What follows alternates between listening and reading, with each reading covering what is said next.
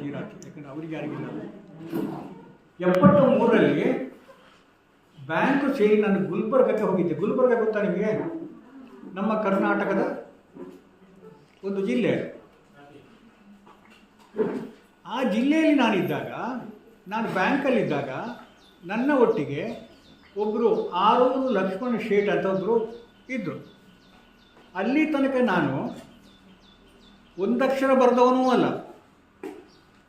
ಪುಸ್ತಕಗಳನ್ನು ಓದುವ ಅಭ್ಯಾಸ ಇತ್ತು, ಕತೆ ಪುಸ್ತಕಗಳನ್ನು ಓದುವ ಅಭ್ಯಾಸ ಇತ್ತು.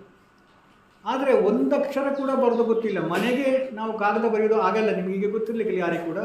ನಾವು ಆಸ್ಪತ್ರೆಗೆ ಅಡ್ಮಿಟ್ ಆಗಿ ಅಪ್ಪನಿಗೆ ಕಾಗದ ಬರೆದಾರು ನಾನು ಕ್ಷೇಮ ಅಂತಲೇ ಶುರು ಮಾಡೋದು. ಆಸ್ಪತ್ರೆ ಬರೆಯುವಾಗಲೂ ನಾನು ಕ್ಷೇಮ ಅಂತ ಕೇಳಿಕೊಂಡು ಮಾಡುವಂತಹ ದಿನಗಳದು. ಈಗೆಲ್ಲ ವಾಟ್ಸಪ್ ಇದರಲ್ಲೆಲ್ಲ ಮಾಡ್ತೀವಿ, ಪತ್ರ ಬರೆಯೋದೆಲ್ಲ ಹೋಗಿದೆ ಬಿಡಿ. ಅಲ್ಲಿ ನಾವು ಒಂದು ದಿವಸ ಮಧ್ಯಾಹ್ನ ಶನಿವಾರ ಕ್ಯಾರಮ್ ಮಾಡ್ತಾ ಇದ್ದಾಗ, ಯಾಕಂದ್ರೆ ನಮ್ಮದೊಂದು ರಿಕ್ರಿಯೇಷನ್ ಕ್ಲಬ್ ಅಂತ ಇತ್ತು, ನಾವು ಕ್ಯಾರಮ್ ಮಾಡ್ತಾ ಇದ್ದಾಗ ಪೋಸ್ಟ್ ಮ್ಯಾನ್ ಸುಮಾರು 4 ಗಂಟೆ ಹೊತ್ತಿಗೆ ಒಂದು ಸುಧಾ ತಂದು ಅಲ್ಲಿ ನಮ್ಮ ಅಷ್ಟೇ ಮ್ಯಾನೇಜರಿಗೆ ಕೊಟ್ಟ. ಅವರು ತಂದು ಇಲ್ಲಿ ಕೊಟ್ಟರು, ಎಲ್ಲಿಗೆ ನಾವು ಆಡ್ತಾ ಇರುವಲ್ಲಿ ಕೊಟ್ಟರು. ನೀವು ಯಾರಾದರೂ ಕ್ಯಾರಮ್ ಮಾಡಿದ್ದೀರಾ?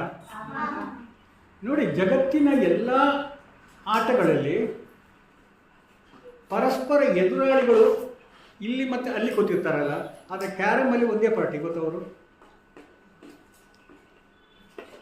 ನಮ್ಮ ಎದುರು ಬದುರು ಕೂತವರು ನಮ್ಮ ಪಾರ್ಟಿ, ಪಕ್ಕದಲ್ಲಿ ಕೂತವರು ನಮ್ಮ ಶತ್ರುಗಳು. ಬೇರೆ ಯಾವ ಮ್ಯಾಚ್ನಲ್ಲೂ ಹಾಗಿಲ್ಲ.